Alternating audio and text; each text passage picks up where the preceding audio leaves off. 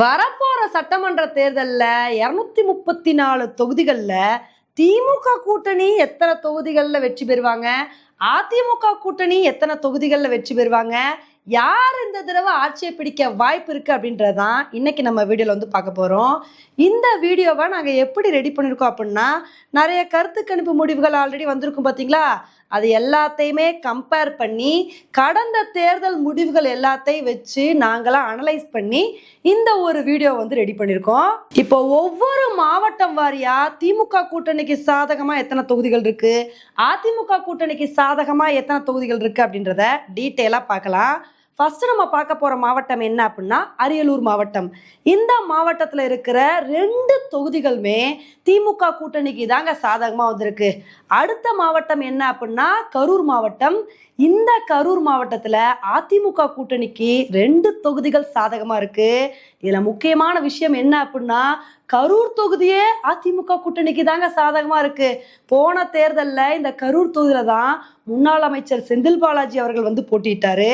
இப்ப அந்த தொகுதி அதிமுக கூட்டணிக்கு சாதகமா இருக்குங்க. அதுக்கப்புறம் திமுக கூட்டணிக்கு 2 தொகுதிகள் இந்த கரூர் மாவட்டத்துல சாதகமா இருக்கு. இப்ப அடுத்து நம்ம பார்க்க போற மாவட்டம் என்ன அப்படின்னா மயிலாடுதுறை மாவட்டம்.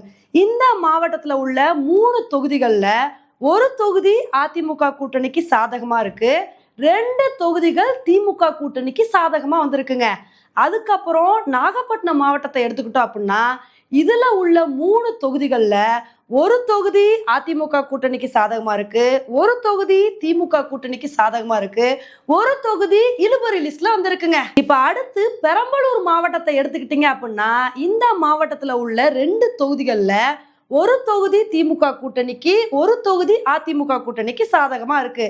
அதுக்கப்புறம் புதுக்கோட்டை மாவட்டத்தை எடுத்துக்கிட்டீங்க அப்படின்னா இதுல உள்ள 6 தொகுதிகள்ல 2 தொகுதி அதிமுக கூட்டணிக்கு சாதகமா வந்திருக்கு. மீதம் உள்ள 4 தொகுதிகளுமே திமுக கூட்டணிக்கு தாங்க சாதகமா இருக்கு. இப்ப அடுத்து நம்ம பார்க்க போற மாவட்டம் என்ன அப்படின்னா தஞ்சாவூர் மாவட்டம். இந்த தஞ்சாவூர் மாவட்டத்துல உள்ள 8 தொகுதிகள்ல ஒரே ஒரு தொகுதி மட்டும்தாங்க அதிமுக கூட்டணிக்கு சாதகமா இருக்கு. மீதம் உள்ள 7 தொகுதிகளுமே திமுக கூட்டணிக்கு தான் சாதகமா வந்திருக்கு. அதுக்கப்புறம் திருச்சி மாவட்டத்தை எடுத்துக்கிட்டீங்க அப்படின்னா இந்த திருச்சி மாவட்டத்துல உள்ள 9 தொகுதிகள்ல அதிமுக கூட்டணிக்கு 3 தொகுதிகள் சாதகமா வந்திருக்கு, திமுக கூட்டணிக்கு 5 தொகுதிகள் சாதகமா வந்திருக்கு. இதுல ஒரே ஒரு தொகுதி மட்டும் இழுபறி லிஸ்ட்ல வந்திருக்குங்க. அது என்ன தொகுதின்னு கேட்டிங்கன்னா அதுதாங்க விஜய் அவர்கள் போட்டியிடுற திருச்சி கிழக்கு தொகுதி. இந்த தொகுதியில ஒரு கடுமையான போட்டி தான் நிலவுது. இந்த தொகுதி யாருக்கு போகுது அப்படின்றத பொறுத்து பார்க்கலாம். இப்ப அடுத்து நம்ம பார்க்க போற மாவட்டம் என்ன அப்படின்னா திருவாரூர் மாவட்டம். இந்த திருவாரூர் மாவட்டத்துல உள்ள 4 தொகுதிகள்ல அதிமுக கூட்டணிக்கு ஒரு தொகுதி சாதகமா இருக்கு, மீதமுள்ள 3 தொகுதிகளுமே திமுக கூட்டணிக்கு தாங்க சாதகமா இருக்கு. அதுக்கப்புறம் கோயம்புத்தூர் மாவட்டத்தை எடுத்துக்கிட்டீங்க அப்படின்னா இதுல உள்ள 10 தொகுதிகள்ல 9 தொகுதிகள் அதிமுக கூட்டணிக்கு தான் சாதகமா இருக்கு. இதுல ஒரே ஒரு தொகுதி தாங்க இழுபறி லிஸ்ட்ல வந்திருக்கு. அது என்ன தொகுதின்னு கேட்டீங்கன்னா முன்னாள் அமைச்சர் செந்தில் பாலாஜி அவர்கள் போட்டியிடுற கோயம்புத்தூர் சவுத் தொகுதி. இந்த கோவை தெற்கு தொகுதியில கடுமையான போட்டி நிலவுது. இந்த தொகுதியில யார் வெற்றி பெறுவா அப்படின்றத பொறுத்து பார்க்கலாம். இப்ப அடுத்து ஈரோடு மாவட்டத்தை எடுத்துக்கிட்டோம் அப்படின்னா இந்த ஈரோடு மாவட்டத்துல மொத்தம் 8 தொகுதிகள் வந்திருக்குங்க. இந்த 8 தொகுதிகள்ல 6 தொகுதிகள் அதிமுக கூட்டணிக்கு சாதகமா வந்திருக்கு, ஒரு தொகுதி திமுக கூட்டணிக்கு சாதகமா வந்திருக்கு. இதுல ஒரே ஒரு தொகுதி மட்டும் இழுபறி லிஸ்ட்ல வந்திருக்குங்க. அது என்ன தொகுதின்னு கேட்டீங்கன்னா முன்னாள் அமைச்சர் செங்கோட்டையன் அவர்கள் போட்டியிடுற கோபிச்செட்டிப்பாளையம் தொகுதி தாங்க. இந்த தொகுதியில ஒரு கடுமையான போட்டி நிலவுது.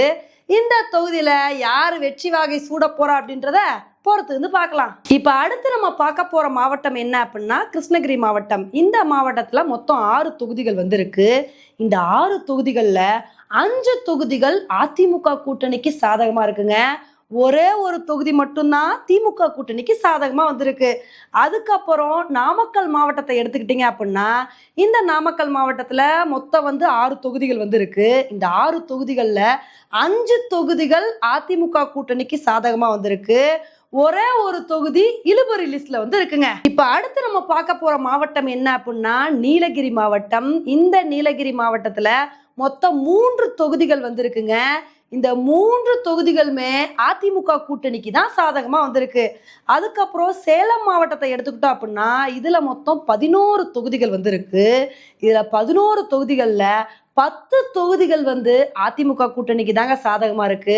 இதுல ஒரே ஒரு தொகுதி மட்டும்தான் திமுக கூட்டணிக்கு சாதகமா இருக்கு. இப்ப அடுத்து நம்ம பார்க்க போற மாவட்டம் என்ன அப்படின்னா திருப்பூர் மாவட்டம். திருப்பூர் மாவட்டத்துல மொத்தம் 8 தொகுதிகள் வந்திருக்கு. இந்த 8 தொகுதிகள்ல 5 தொகுதிகள் அதிமுக கூட்டணிக்கு சாதகமா வந்திருக்கு. 3 தொகுதிகள் திமுக கூட்டணிக்கு சாதகமா வந்திருக்குங்க. அடுத்து வந்து செங்கல்பட்டு மாவட்டத்தை எடுத்துக்கிட்டோம் அப்படின்னா இதுல மொத்தம் 7 தொகுதிகள் வந்திருக்கு. இந்த 7 தொகுதிகள்ல 3 தொகுதிகள் அதிமுக கூட்டணிக்கு சாதகமா இருக்கு. 3 தொகுதிகள் திமுக கூட்டணிக்கு சாதகமா வந்திருக்கு. ஒரே ஒரு தொகுதி மட்டும் இழுபறி லிஸ்ட்ல இருக்குங்க. இப்ப அடுத்து சென்னை மாவட்டத்தை எடுத்துக்கிட்டோம் அப்படின்னா இதுல மொத்தம் 16 தொகுதிகள் வந்திருக்குங்க. இந்த 16 தொகுதிகள்ல அதிமுக கூட்டணிக்கு 3 தொகுதிகள் மட்டும்தான் சாதகமா இருக்கு. திமுக கூட்டணிக்கு 8 தொகுதிகள் வந்து சாதகமா இருக்கு. இந்த சென்னை மாவட்டத்துல 4 தொகுதிகள் வந்து இழுபறி லிஸ்ட்ல வந்திருக்குங்க. இந்த சென்னை மாவட்டத்துல தாவேகா கட்சி வந்து ஒரு தொகுதியில வந்து ஜெயிக்கிறாங்க. அது என்ன தொகுதின்னு கேட்டீங்கன்னா விஜய் அவர்கள் போட்டியிடுற பெரம்பூர் தொகுதி. இப்ப அடுத்து பார்க்க போற மாவட்டம் என்ன அப்படின்னா காஞ்சிபுரம் மாவட்டம். இந்த காஞ்சிபுரம் மாவட்டத்துல மொத்தம் 4 தொகுதிகள் வந்திருக்கு. இந்த 4 தொகுதிகள்ல அதிமுக கூட்டணிக்கு சாதகமா 2 தொகுதிகள் வந்திருக்கு. திமுக கூட்டணிக்கு சாதகமா 2 தொகுதிகள் வந்திருக்குங்க. அதுக்கப்புறம் திருவள்ளூர் மாவட்டத்தை எடுத்துக்கிட்டீங்க அப்படின்னா இதுல வந்து மொத்தம் 10 தொகுதிகள் வந்திருக்கு. இந்த 10 தொகுதிகள்ல அதிமுக கூட்டணிக்கு 2 தொகுதிகள் சாதகமா வந்திருக்கு. திமுக கூட்டணிக்கு 6 தொகுதிகள் சாதகமா வந்திருக்கு. இழுபறி லிஸ்ட்ல 2 தொகுதிகள் வந்திருக்குங்க. இப்ப அடுத்து கடலூர் மாவட்டத்தை எடுத்துக்கிட்டோம் அப்படின்னா இதுல மொத்தம் 9 தொகுதிகள் வந்திருக்கு. இந்த 9 தொகுதிகள்ல அதிமுக கூட்டணிக்கு சாதகமா 5 தொகுதிகள் வந்திருக்கு. திமுக கூட்டணிக்கு சாதகமா 4 தொகுதிகள் வந்து இருக்குங்க. அடுத்து தர்மபுரி மாவட்டத்தை எடுத்துக்கிட்டோம் அப்படின்னா இந்த தர்மபுரி மாவட்டத்துல மொத்தம் வந்து பாத்தீங்கன்னா 5 தொகுதிகள் வந்து இருக்கு. இந்த 5 தொகுதிகளுமே அதிமுக கூட்டணிக்கு தாங்க சாதகமா இருக்கு. இப்ப அடுத்து கள்ளக்குறிச்சி மாவட்டத்தை எடுத்துக்கிட்டோம் அப்படின்னா இதுல மொத்தம் 4 தொகுதிகள் வந்து இருக்கு. இதுல 2 தொகுதிகள் அதிமுக கூட்டணிக்கு சாதகமா இருக்கு. 2 தொகுதிகள் திமுக கூட்டணிக்கு சாதகமா இருக்கு. அடுத்து ராணிப்பேட்டை மாவட்டத்தை எடுத்துக்கிட்டோம் அப்படின்னா இதுலயும் மொத்தம் 4 தொகுதிகள் வந்து இருக்கு. இந்த 4 தொகுதிகள்ல 2 தொகுதிகள் அதிமுக கூட்டணிக்கு சாதகமா இருக்கு. 2 தொகுதிகள் திமுக கூட்டணிக்கு சாதகமா இருக்கு. அடுத்து திருப்பத்தூர் மாவட்டத்தை எடுத்துக்கிட்டோம் அப்படின்னா இதுலயும் மொத்தம் 4 தொகுதிகள் வந்து இருக்கு. இந்த 4 தொகுதிகள்ல 2 தொகுதிகள் அதிமுக கூட்டணிக்கு சாதகமா இருக்கு. 2 தொகுதிகள் திமுக கூட்டணிக்கு சாதகமா இருக்குங்க. அடுத்து திருவண்ணாமலை மாவட்டத்தை எடுத்துக்கிட்டோம் அப்படின்னா இதுல மொத்தம் 8 தொகுதிகள் வந்து இருக்கு. இந்த 8 தொகுதிகள்ல 4 தொகுதிகள் அதிமுக கூட்டணிக்கு சாதகமா இருக்கு. 2 தொகுதிகள் திமுக கூட்டணிக்கு சாதகமா இருக்கு. 2 தொகுதிகள் இழுபறி லிஸ்ட்ல வந்து இருக்குங்க. அடுத்து வேலூர் மாவட்டத்தை எடுத்துக்கிட்டோம் அப்படின்னா இதுல இருக்கிற மொத்தம் 5 தொகுதிகள்ல 2 தொகுதிகள் அதிமுக கூட்டணிக்கு சாதகமா இருக்கு. 3 தொகுதிகள் திமுக கூட்டணிக்கு சாதகமா இருக்குங்க. அடுத்து விழுப்புரம் மாவட்டத்தை எடுத்துக்கிட்டோம் அப்படின்னா இதுல மொத்தம் 7 தொகுதிகள் வந்து இருக்கு. இந்த 7 தொகுதிகள்ல அதிமுக கூட்டணிக்கு 4 தொகுதிகள் சாதகமா இருக்கு. 3 தொகுதிகள் திமுக கூட்டணிக்கு சாதகமா இருக்குங்க. அடுத்து திண்டுக்கல் மாவட்டத்தை எடுத்துக்கிட்டோம் அப்படின்னா இதுல அதிமுக கூட்டணிக்கு 4 தொகுதிகள் சாதகமா இருக்கு. 3 தொகுதிகள் திமுக கூட்டணிக்கு சாதகமா இருக்கு. இழுபறி லிஸ்ட்ல வந்து ஒரு தொகுதி வந்திருக்குங்க. அதுக்கப்புறம் கன்னியாகுமரி மாவட்டத்தை எடுத்துக்கிட்டோம் அப்படின்னா இந்த கன்னியாகுமரி மாவட்டத்துல உள்ள 6 தொகுதிகள்ல 2 தொகுதிகள் அதிமுக கூட்டணிக்கு சாதகமா இருக்கு. 4 தொகுதிகள் திமுக கூட்டணிக்கு சாதகமா இருக்கு. இப்ப அடுத்து மதுரை மாவட்டத்தை எடுத்துக்கிட்டோம் அப்படின்னா மதுரை மாவட்டத்துல உள்ள 10 தொகுதிகள்ல அதிமுக கூட்டணிக்கு 7 தொகுதிகள் சாதகமா இருக்கு. திமுக கூட்டணிக்கு 3 தொகுதிகள் சாதகமா இருக்கு. அடுத்து ராமநாதபுரம் மாவட்டத்தை எடுத்துக்கிட்டோம் அப்படின்னா ராமநாதபுரம் மாவட்டத்துல 4 தொகுதிகள் தாங்க வந்திருக்கு. அந்த 4 தொகுதிகளுமே திமுக கூட்டணிக்கு தான் சாதகமா இருக்கு. இப்ப அடுத்து சிவகங்கை மாவட்டத்தை எடுத்துக்கிட்டோம் அப்படின்னா இதுல உள்ள 4 தொகுதிகள்ல ஒரு தொகுதி அதிமுக கூட்டணிக்கு சாதகமா இருக்கு. ஒரு தொகுதி திமுக கூட்டணிக்கு சாதகமா இருக்கு. 2 தொகுதிகள் இழுபறி லிஸ்ட்ல இருக்குங்க. அடுத்து தென்காசி மாவட்டத்தை எடுத்துக்கிட்டோம் அப்படின்னா தென்காசி மாவட்டத்துல 5 தொகுதிகள் வந்து இருக்கு. இந்த 5 தொகுதிகளுமே அதிமுக கூட்டணிக்கு சாதகமா இருக்கு. இப்ப அடுத்து தேனி மாவட்டம் எங்க மாவட்டத்தை எடுத்துக்கிட்டோம் அப்படின்னா இதுல மொத்தம் 4 தொகுதிகள் வந்து இருக்குங்க. இந்த 4 தொகுதிகள்ல 3 தொகுதிகள் அதிமுக கூட்டணிக்கு சாதகமா இருக்கு, ஒரு தொகுதி திமுக கூட்டணிக்கு சாதகமா இருக்கு. அடுத்து தூத்துக்குடி மாவட்டத்தை எடுத்துக்கிட்டோம் அப்படின்னா இதுல உள்ள 6 தொகுதிகள்ல ஒரே ஒரு தொகுதி மட்டும்தாங்க அதிமுக கூட்டணிக்கு சாதகமா இருக்கு. மீதமுள்ள 5 தொகுதிகளுமே திமுக கூட்டணிக்கு தான் சாதகமா இருக்கு. இப்ப அடுத்து நம்ம திருநெல்வேலி மாவட்டத்தை எடுத்துக்கிட்டோம் அப்படின்னா இந்த மாவட்டத்துல உள்ள 5 தொகுதிகள்ல 2 தொகுதிகள் அதிமுக கூட்டணிக்கு சாதகமா இருக்கு, மீதமுள்ள 3 தொகுதிகள் திமுக கூட்டணிக்கு சாதகமா வந்திருக்கு. இப்ப அடுத்து நம்ம கடைசியா விருதுநகர் மாவட்டத்தை எடுத்துக்கிட்டோம் அப்படின்னா இந்த விருதுநகர் மாவட்டத்துல மொத்தம் 7 தொகுதிகள் வந்திருக்கு.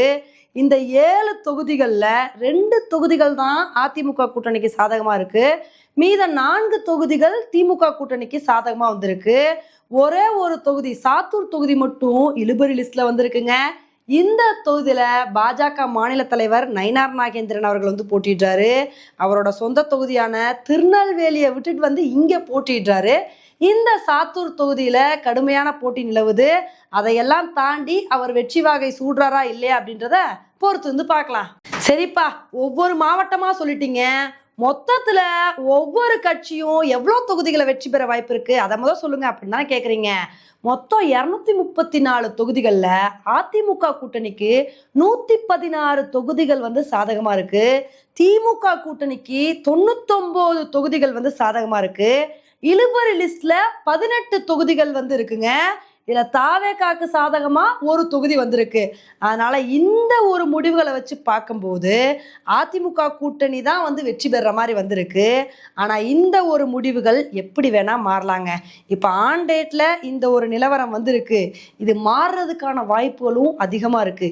ஏன்னா ஒவ்வொரு தொகுதிகளையும் ஓட் டிஃபரன்ஸ் பார்த்தீங்கன்னா ஒரு 5000 4000 அந்த மாதிரி தான் வந்திருக்கு. ஸோ அந்த மாதிரி இருக்கும்போது ஒவ்வொரு தொகுதியிலையும் வெற்றி வந்து மாறலாம். அந்த மாதிரி ஒவ்வொரு தொகுதிகளிலையும் மாற்றம் வரும்போது ஒட்டுமொத்த ரிசல்ட்லையும் வந்து மாற்றம் வர்றதுக்கான வாய்ப்புகள் இருக்கு. அதனால இந்த தேர்தல்ல கடுமையான ஒரு போட்டி நிலவும், யார் வேணா வெற்றி பெறலாம், என்ன வேணா நடக்கலாம்.